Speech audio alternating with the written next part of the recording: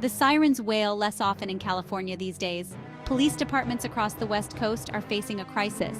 Officers, once fixtures of the community, are leaving in droves. Many are heading east, to a state better known for potatoes than police Idaho. This mass migration of law enforcement is more than a mere curiosity. It's a symptom of a deeper societal shift. As officers trade coastal chaos for Idaho's tranquility, they leave behind a void. This void impacts public safety, community relations, and the very fabric of life on the West Coast. The exodus is driven by a complex web of factors. Some are economic, others ideological. But at their core, they all speak to a growing disillusionment with the realities of policing in America today.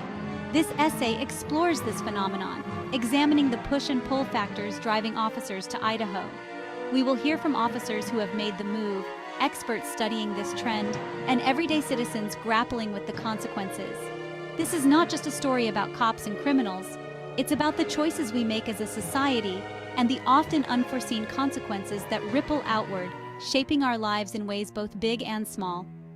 It's a story about what happens when the thin blue line, stretched taut across a nation grappling with its identity, begins to fray.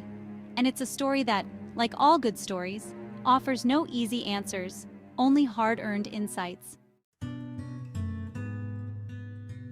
Idaho offers a stark contrast.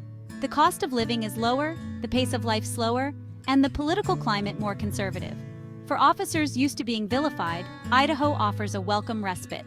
Here, they find a community that still respects law enforcement, a place where they can afford to buy a home and raise a family without breaking the bank. But this influx of officers is not without its own set of consequences. Idaho is experiencing growing pains as it struggles to accommodate this influx of new residents. Housing prices are rising, schools are becoming more crowded, and the cultural landscape is shifting. Some longtime residents worry that their once sleepy state is losing its identity, transforming into something unfamiliar. And while many welcome the increased sense of security that comes with a larger police force, others worry about the potential for cultural clashes and a shift towards more aggressive policing tactics.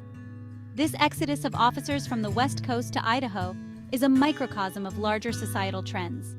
It highlights the growing divide between urban and rural America, the challenges of maintaining public safety in a rapidly changing world, and the very real consequences of the choices we make, both individually and collectively.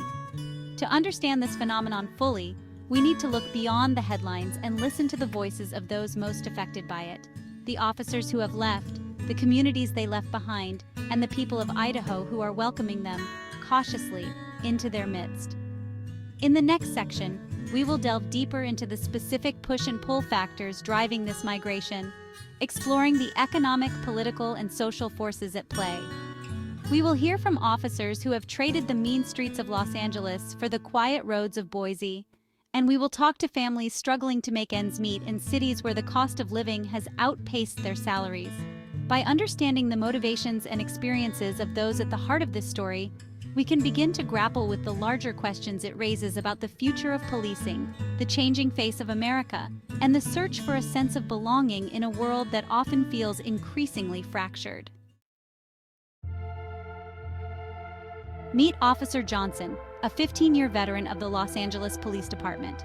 He loved his job, the adrenaline rush of patrol, the camaraderie of his fellow officers, and the satisfaction of bringing justice to victims. But over the years, a creeping disillusionment set in. The constant scrutiny, the feeling of being demonized by the media and politicians, the lack of support from city officials, and the ever-present danger took their toll. Then came the riots. Johnson spent days on end, sleep-deprived and on edge, trying to maintain order in a city teetering on the brink. He saw colleagues injured, businesses destroyed, and a community torn apart. It was during those long nights facing down anger and hatred that the thought first entered his mind. There has to be a better way. He wasn't alone. Across California, officers were facing similar challenges. The cost of living, particularly housing, was astronomical, making it nearly impossible for officers to afford to live in the cities they served. Many were forced to commute long hours, adding to their already stressful workloads. Meanwhile, in Idaho, a different story was unfolding. Word spread quickly through the ranks of law enforcement Idaho was hiring, and it was a good place to be a cop. The state offered competitive salaries, a lower cost of living, and a pro-law enforcement environment. For officers like Johnson, burnt out and disillusioned, it was a siren song, a chance at a fresh start in a place that still respected the badge. The decision to leave wasn't easy. Johnson had deep roots in California, but the promise of a better life for himself and his family outweighed the pull of familiarity. He packed up his belongings, said goodbye to his colleagues, and headed north towards the promise of Idaho. Section 4. A Future Painted Blue and Green. Dr. Sarah Miller, a sociologist specializing in law enforcement trends, sees the blue exodus as a symptom of a larger national trend, the widening gap between urban and rural values. Cities like Portland and San Francisco are grappling with complex issues of homelessness, drug addiction, and mental health, she explains. These issues often intersect with law enforcement, putting officers in difficult, often untenable positions. This complexity is often lost in the polarized political climate, leaving officers feeling like pawns in a larger game. Rural states like Idaho, on the other hand, offer a simpler way of life, one where traditional values hold sway and respect for authority is more ingrained. It's not just about economics, Dr. Miller notes. It's about a sense of belonging, of feeling valued, of being part of a community that supports you.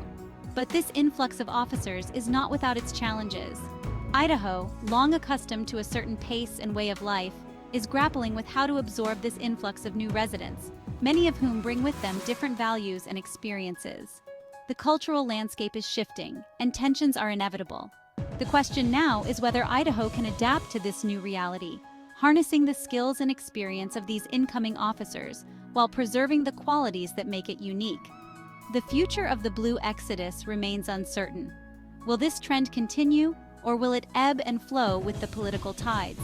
Will Idaho become a haven for law enforcement, or will it too succumb to the same pressures that drove officers away from the West Coast? Only time will tell. Section 5. Beyond the Badge, a Societal Reckoning. The Blue Exodus is more than just a story about police officers moving. It's a reflection of the challenges facing our nation, the growing urban-rural divide, the struggles of law enforcement in a rapidly changing world, and the very human need for belonging and respect. It's a story that forces us to confront uncomfortable truths about ourselves and the choices we make.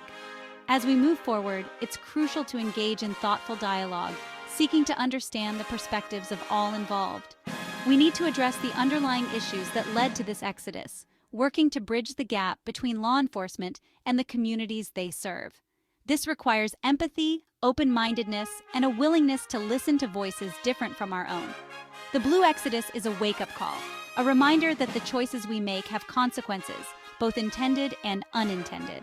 It's a story that challenges us to do better, to be better, and to create a future where all citizens feel safe, respected, and valued. The path forward will not be easy, but it is a journey we must take together. The future of our communities and our nation depends on